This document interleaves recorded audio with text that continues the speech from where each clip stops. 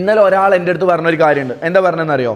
അതായത് എൻ്റെ ഇത്ത അടിപൊളിയാണ്, എൻ്റെ ഇത്ത എല്ലാവരുടെ അടുത്തും സംസാരിക്കും, എൻ്റെ ഇത്ത ടോപ്പാണെന്ന് വീട്ടിൽ നിന്ന് എപ്പോഴും ഉമ്മയും ഉപ്പയും പറയുന്നത്. പക്ഷേ അവൻ അവസാനം എൻ്റെ അടുത്ത് ഒരു കാര്യം കൂടി പറഞ്ഞു.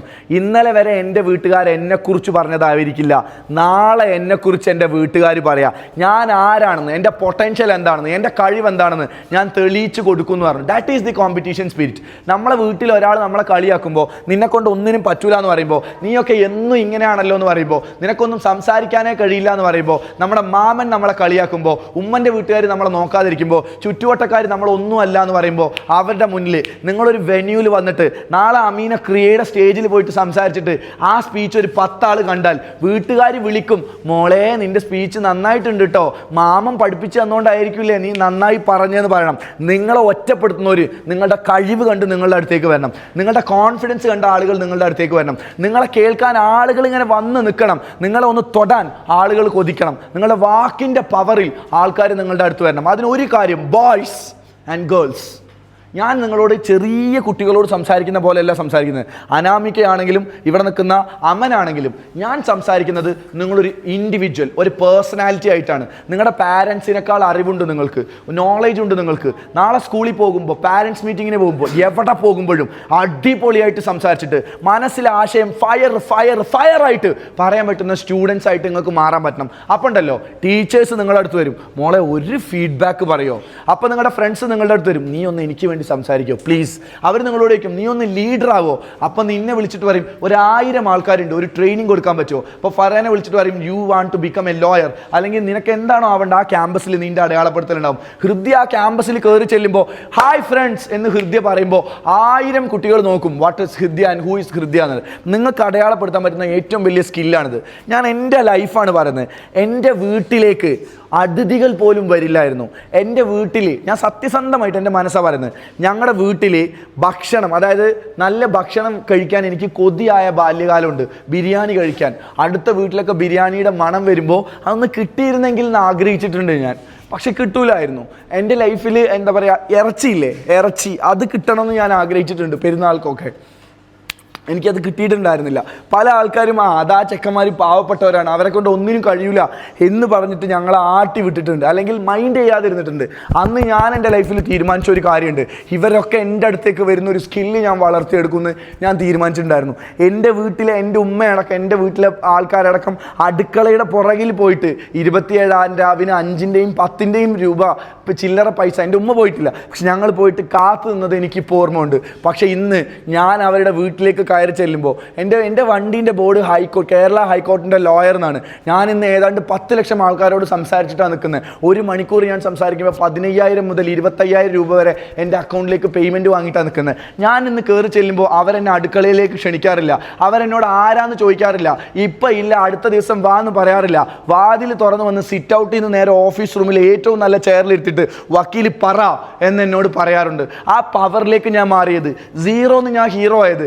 ഞാൻ ഈ കഴിഞ്ഞ മാസത്തിൻ്റെ മേലെ മാസം അബുദാബിയിൽ പോയി സംസാരിച്ചു. അങ്ങനെ എനിക്ക് സംസാരിക്കാൻ പറ്റിയത് എൻ്റെ മക്കളെ, എൻ്റെ ഉള്ളിൽ I want to become somebody, തോൽക്കാൻ ഇനി എന്നെ കൊണ്ട് വയ്യ എന്ന് ഞാൻ തീരുമാനിച്ചതുകൊണ്ടാണ്.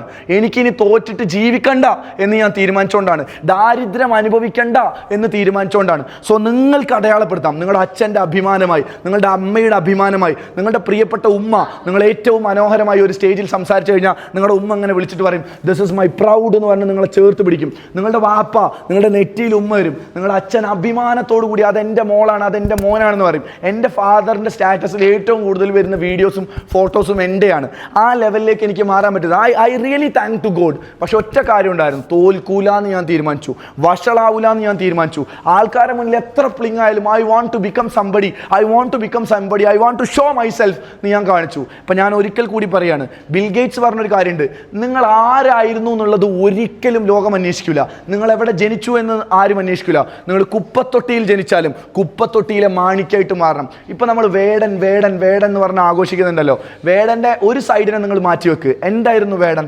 തമിഴ്നാട്ടിലെ നീലേശ്വരത്തുള്ള ഒരു അമ്മ വേടൻ്റെ അമ്മ തമിഴ്നാട്ടിലെ നീലേശ്വരത്തുകാരിയാണ്, നീലഗിരിക്കാരിയാണ്. ആ നീലഗിരിയിൽ നിന്ന് വന്ന് തൃശ്ശൂരിൽ ഒരു സാധാരണ ഗ്രാമത്തിൽ ദാരിദ്ര്യം കൊണ്ട് ജീവിച്ച ഒരു മകനാണ്.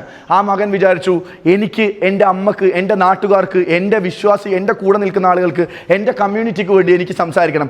ചവിട്ടി മതിക്കപ്പെടുന്നവർക്ക് വേണ്ടി, ചവിട്ടി അരക്കുന്നവർക്ക് വേണ്ടി, ആരും നോക്കാനില്ലാത്തവർക്ക് വേണ്ടി എനിക്ക് സംസാരിക്കണമെന്ന് തീരുമാനിച്ചിട്ട് ഇറങ്ങി വരികയാണ്. വിയർപ്പ് തുന്നിയിട്ട കുപ്പായം എന്ന് വിളിച്ചു പറയാണ്. നല്ലോണം ബുദ്ധിമുട്ടിയിട്ടാണ് വേടൻ അങ്ങോട്ട് എത്തിയത്. ആ സ്റ്റേജിലേക്ക് വേടൻ വരുന്നു എന്ന് കാണുമ്പോൾ 22,000 30,000 ആളുകൾ വരികയാണ്. വേടൻ ജനിച്ചത് 0 ആയിട്ടാണെങ്കിൽ വേടൻ ഇന്ന് ജീവിക്കുന്നത് കേരളത്തിലെ കൗമാരക്കാരുടെ മനസ്സിലാണ്.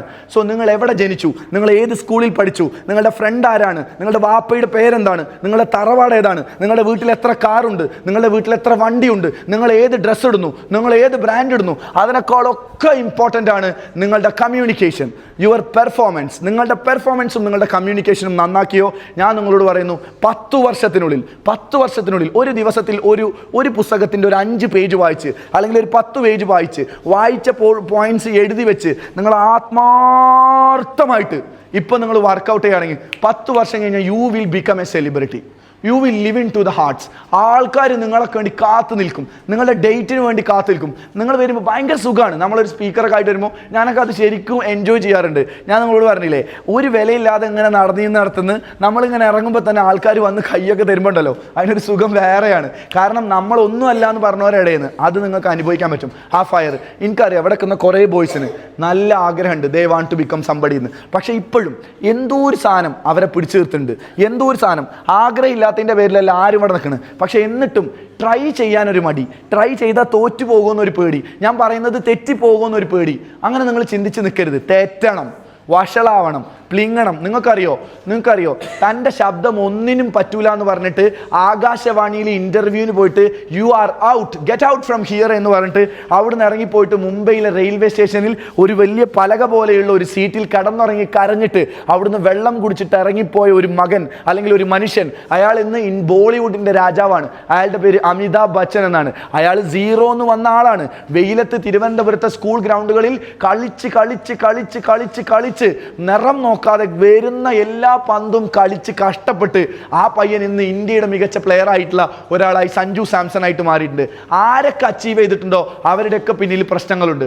ലയണൽ മെസ്സിനെ കുറിച്ച് നമ്മൾ ഇങ്ങനെ പറയും, 9ാമത്തെ വയസ്സിൽ ഇനി നിങ്ങളുടെ മകൻ ഈ ഗ്രൗണ്ടിൽ ഇറങ്ങൂല, മെസ്സിക്ക് ഇനി കളിക്കാൻ കഴിയൂല, മെസ്സി കളിച്ചാൽ കാല് പൊട്ടിപ്പോകും എന്ന് പറഞ്ഞിട്ട് കരഞ്ഞ അർജന്റീനയിൽ ദാരിദ്ര്യ കൂമ്പാരത്തിൽ നിന്ന് സ്പാനിഷ് ക്ലബിലേക്ക് കളിക്കാൻ വന്നിട്ട് കളിക്കാൻ കഴിയൂല എന്ന് വിചാരിച്ചിട്ട് എല്ലാവരും തീരെ എഴുതിയ ഒരു കുട്ടി, ഈ കുറിയ പയ്യൻ, ഈ ഹൈറ്റ് ഇല്ലാത്ത പയ്യൻ എങ്ങനെയാണ് ഫുട്ബോൾ കളിക്കാന്ന് എല്ലാവരും ചോദിച്ചപ്പോൾ ഫുട്ബോൾ കളിച്ച് കാണിച്ചു കൊടുക്കുകയാണ്. കാലിൽ ഇങ്ങനെ കെട്ടി പന്ത് തൊടുമ്പോൾ കാല് വേദനിച്ച് അലറി കരഞ്ഞിട്ടും ഗ്രൗണ്ടിൽ നിന്ന് കയറാതെ ആൺകുട്ടിയെ പോലെ പൊരുതി അവസാനം ഏറ്റവും കൂടുതൽ ബാലൻ ഡി ഓർ നേടുന്ന ലോകത്തിലെ നമ്പർ 1 പ്ലെയർ ആയിട്ട് മാറുന്നത് ലയണൽ മെസ്സിയാണ്. ലയണൽ മെസ്സിയുടെയും കുട്ടിക്കാലം എന്ന് പറയുന്നത് വലിയ ഭംഗിയുള്ള കുട്ടിക്കാലം ഒന്നുമല്ല. നമ്മൾ വലിയ ഇഷ്ടത്തോടെ കാണുന്ന ക്രിസ്ത്യാനോ റൊണാൾഡോ അല്ലേ?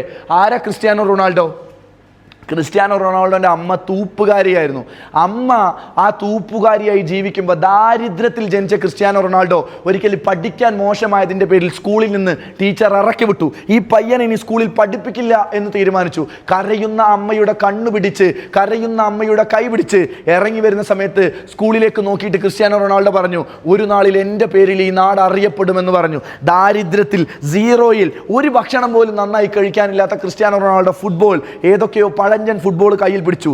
24 മണിക്കൂറും ഫുട്ബോളിന് വേണ്ടി വർക്ക് ചെയ്തു. രാവിലെ എണീറ്റു, കളിച്ചു, ഓടി, ജിമ്മിന് പോയി, കൃത്യമായി ബോഡി മെയിൻറ്റെയിൻ ചെയ്തു. 4 മണിക്കൂർ 3 മണിക്കൂർ ഓടി ഫിറ്റ് ആവാൻ ശ്രമിച്ചു. ഫുട്ബോളിലെ പുതിയ കിക്കുകൾ പഠിച്ചു. ആ ചെറുപ്പക്കാരൻ മാറി. അയാൾ ക്രിസ്ത്യാനോ ജൂനിയർ എന്ന് പറഞ്ഞു. അയാൾ പോർച്ചുഗൽ ടീമിന് വേണ്ടി കളിച്ചു, മാഞ്ചസ്റ്ററിന് വേണ്ടി കളിച്ചു, റയൽ മാഡ്രിഡിന് വേണ്ടി കളിച്ചു. ആ ചെറുപ്പക്കാരൻ ലോകത്തിലെ തന്നെ ഏറ്റവും മികച്ച ഫുട്ബോൾ പ്ലെയർ ആയി മാറി. ക്രിസ്ത്യാനോന്റെ ഭാവിയും 0 ആയിരുന്നു, ചെറുപ്പവും 0 ആയിരുന്നു. 0-ൽ നിന്ന് നിന്ന് ഹീറോ ആയ ആൾക്കാരാണ് ലോകത്തെ എല്ലാ മനുഷ്യന്മാരും. അതുകൊണ്ട് ഇന്ന് ഇവിടെ നിൽക്കുന്ന ആൾക്കാർ, അവിടെ നിൽക്കുന്ന നെതാനാണെങ്കിലും ഇവിടെ നിൽക്കുന്ന ഹൃദയാണെങ്കിലും ഇന്നത്തെ ദിവസം നിങ്ങൾ ആലോചിക്കേണ്ട, ഞാൻ നിങ്ങളുടെ ഭാവി കാണുന്നുണ്ട് ഐക്യരാഷ്ട്രസഭയിൽ ഇന്ത്യക്ക് വേണ്ടി സംസാരിക്കുന്ന ലീഡേഴ്സായി നിങ്ങൾ മാറുന്നതോ, ഏറ്റവും മികച്ച ഒരു ഫുട്ബോൾ ഗ്രൗണ്ടിൽ ISL നിങ്ങൾ ഫുട്ബോൾ കളിച്ചിട്ട് അവിടെ നിങ്ങൾ മൈക്ക് വെച്ചിട്ട് ISL ബെസ്റ്റ് പ്ലെയറായി നിങ്ങൾ സംസാരിക്കുന്നത്. ഞാൻ ഇവിടെ നിൽക്കുന്ന കുട്ടികളെ കാണുന്നുണ്ട് ലോകത്തിലെ ഏറ്റവും മികച്ച വേദിയിൽ അമേരിക്കയിൽ, USA-യിൽ, കാനഡയിൽ, കാലിഫോർണിയയിൽ, അല്ലെങ്കിൽ വേറെ യൂറോപ്പിൽ, റഷ്യയിലൊക്കെ പോയി നിങ്ങൾ സംസാരിക്കുന്നത്, നിങ്ങൾ വിമാനം കയറി പോകുന്നത്, അവിടുത്തെ വലിയ വലിയ യൂണിവേഴ്സിറ്റികൾ നിങ്ങൾ സംസാരിക്കുന്നത്, അവിടെ നിങ്ങൾ പ്രബന്ധങ്ങൾ അവതരിപ്പിക്കുന്നത്, നിങ്ങളെ കേട്ട ആളുകൾ കൈയടിക്കുന്നത്, നിങ്ങൾക്ക് വേണ്ടി ആളുകൾ നിങ്ങളുടെ പേര് വിളിക്കുന്നത്, നിങ്ങളുടെ പേര് വിളിച്ച് ചാടുന്നത്, നിങ്ങൾ ഈ രാജ്യത്തിന്റെ പ്രധാനമന്ത്രിമാരാവുന്നത്, നിങ്ങൾ ഈ രാജ്യത്തിന്റെ മുഖ്യമന്ത്രിമാരാവുന്നത്, ഇതൊക്കെ നമുക്ക് പറ്റും. നമ്മുടെ മനസ്സിന് ചിന്ത കൊടുക്കുക. I want to become somebody, I will achieve, I will achieve, I will achieve, I will achieve എന്ന് നിങ്ങൾ മനസ്സിനോട് പറയാം. 0 ആയിക്കോട്ടെ, സ്കൂളിൽ ടീച്ചർ നിങ്ങളോട് പറയാം ഒന്നിനും പറ്റില്ല എന്ന്. എനിക്കിപ്പോഴും ഓർമ്മയുണ്ട് 9ാം ക്ലാസ്സിലെ മാത്സിന്റെ പേപ്പർ കിട്ടിയപ്പോൾ എൻ്റെ അടുത്ത് ടീച്ചർ പറഞ്ഞത് തൂങ്ങി ചത്തൂടെ എന്നാണ് എൻ്റെ അടുത്ത് വെച്ചത്. എനിക്കിപ്പോഴും ഓർമ്മയുണ്ട്, ഞാൻ 9ാം ക്ലാസ്സിൽ അങ്ങനെ തോന്നുന്നുണ്ട്, ക്ലാസ്സിൽ ഫുട്ബോൾ കഴിഞ്ഞ് ക്ലാസ്സിലേക്ക് കയറിയപ്പോൾ എൻ്റെ യൂണിഫോമിൽ മുഴുവൻ ചെളിയായി. അപ്പോൾ എൻ്റെ അടുത്ത് മൊത്തം കുട്ടികളുടെ ഇടയിൽ നിന്ന്, ഞങ്ങളുടെ ക്ലാസ്സിൽ അശ്വതിയുടെയും ഷാനിയുടെയും മൊത്തം കുട്ടികളുടെ ഇടയിൽ നിന്ന് എന്നോടൊരു ടീച്ചർ പറഞ്ഞ ഓർമ്മയുണ്ട്, തന്നെ ഒന്നും പറഞ്ഞിട്ട് കാര്യമില്ലട വൃത്തികെട്ടവനെ, തൻ്റെ അപ്പനെ പറയണം, താനൊന്നും ഒരു കാലത്തും കുണം പിടിക്കില്ല എന്ന് പറഞ്ഞു. എൻ്റെ പ്രിയപ്പെട്ട അനിയന്മാരെ, let me tell you one beautiful truth. കഴിഞ്ഞ വർഷത്തിൻ്റെ മുന്നത്തെ വർഷം ആ സ്കൂളിലേക്ക് എന്നെ വിളിച്ചു. എന്തിനാണെന്നറിയോ? 10ാം ക്ലാസ്സിലെ കുട്ടികൾക്ക് ഫുൾ A+ നേടാൻ അവർക്കൊരു ക്ലാസ് കൊടുക്കണം. അതിന് ആ ക്യാമ്പസിൽ ഏറ്റവും മികച്ച ഒരു കുട്ടിയെ തന്നെ ക്ഷണിച്ചു. അങ്ങനെ ക്ഷണിച്ചിട്ട് ആ സ്കൂളിലേക്ക് കയറിപ്പോയത് ഞാനാണ്. I feel proud. അപ്പൊ ഞാൻ പറയുന്നത് ഇവരൊരുത്തനും അല്ല നിങ്ങളുടെ ഭാവി തീരുമാനിക്കുന്നത്. You have the capacity, you have the fire, you have the capacity, ability to build yourself. അപ്പം നിങ്ങൾ ആലോചിക്കുക, എങ്ങനെ ജീവിച്ചു പോയാൽ മതിയോ അതെയോ അടയാളപ്പെടുത്തൽ വേണോ? ഇപ്പം നിങ്ങളുടെ പ്രശ്നം എന്താണെന്ന് അനലൈസ് ചെയ്യുക. സംസാരിക്കാൻ കഴിയുന്നില്ലേ? സംസാരിച്ച് പഠിക്കാൻ കഴിയുന്നില്ലേ? ചില ആളുകൾ പറയും എനിക്ക് പഠിക്കാൻ കഴിയുന്നില്ല എന്ന് നിങ്ങൾക്ക് തോന്നിയ ഒരു കാര്യം ചെയ്യുക. എന്താണോ നിങ്ങളെ കൊണ്ട് ചെയ്യിപ്പിക്കാത്തത്? പഠിക്കാൻ ഇരിക്കാൻ പറ്റുന്നില്ല, റൂം മുഴുവൻ ലോക്ക് ചെയ്യുക, പുസ്തകം എടുക്കുക, അവിടെ ഇരുന്ന് നോക്കുക. ആദ്യത്തെ ദിവസം നിങ്ങൾക്ക് മുഷിപ്പ് വരും, രണ്ടാമത്തെ ദിവസം നിങ്ങൾക്ക് മുഷിപ്പ് വരും, മുഷിഞ്ഞാലും അവിടെ ഇരിക്കുക, ഇരുന്ന് തന്നെ നോക്കുക. ഇരുന്ന് അവസാനം അത് ശീലമായി കഴിഞ്ഞാൽ യു ക്യാൻ ഡു ഇറ്റ്. ഒരിക്കലും പിന്മാറരുത്. പഠിക്കാൻ കഴിയില്ല എന്നിട്ട് ഇങ്ങനെ ചുറ്റി നടക്കരുത്. പഠിക്കാൻ കഴിയില്ല എന്ന് മനസ്സിൽ വന്നു കഴിഞ്ഞാൽ ഓടി പോവുക, മുഖം നന്നായിട്ട് കഴുകുക, 3 ബ്രീത്ത് എടുക്കുക, ഒരു പുസ്തകം എടുക്കുക, ഇരിക്കുക, വായിച്ചു നോക്കുക. ചിലപ്പോൾ മനസ്സിലാവില്ല, ആദ്യം രണ്ടാമത് മൂന്നാമതൊന്നും മനസ്സിലാവില്ല. പഠിക്കന്നെ അവസാനം പറയും വലിയതോ വീട്ടില വമ്പൻ എന്തോ പഠിപ്പാന്ന് പറയും. ആ ലെവൽക്ക് നമുക്ക് മാറാൻ പറ്റുന്ന തരത്തിൽ നിങ്ങൾ മാറുക. ഫുട്ബോൾ കളിക്കണം, വെറുതെ ഫുട്ബോൾ പ്ലെയർ ആവണം എന്ന് പറഞ്ഞിട്ട് രാവിലെ 9:45 നീക്കും ചെയ്യും, 3 കോഴിമുട്ടയും തിന്നും, എന്നിട്ട് അവിടെ അങ്ങനെ വെറുതെ ഇരിക്കും, ബ്രേക്ക്ഫാസ്റ്റും കഴിക്കും, പിന്നെ ടിവിയും കാണും, മൊബൈൽ ഗെയിമും കളിക്കും. How can you become if you want to become a football player? 4 മണിക്ക് എണീക്ക്, 5 മണിക്ക് എണീക്ക്, നന്നായിട്ട് ആക്ടിവിറ്റി ചെയ്യും, ഫിറ്റ്നസ് ഫിറ്റാക്ക്. പെൺകുട്ടികളോടാണ് എനിക്ക് പറയാം, നിങ്ങൾക്ക് നല്ല മാർക്ക് വേണം, നല്ല നേടണം. നിങ്ങൾ 10 മണിക്കും 11 മണിക്കും നീട്ടിട്ട് ജീവിതത്തിലെ ഫുൾ സമയം മൊബൈലിൽ കളിച്ചിട്ട് then how can you become?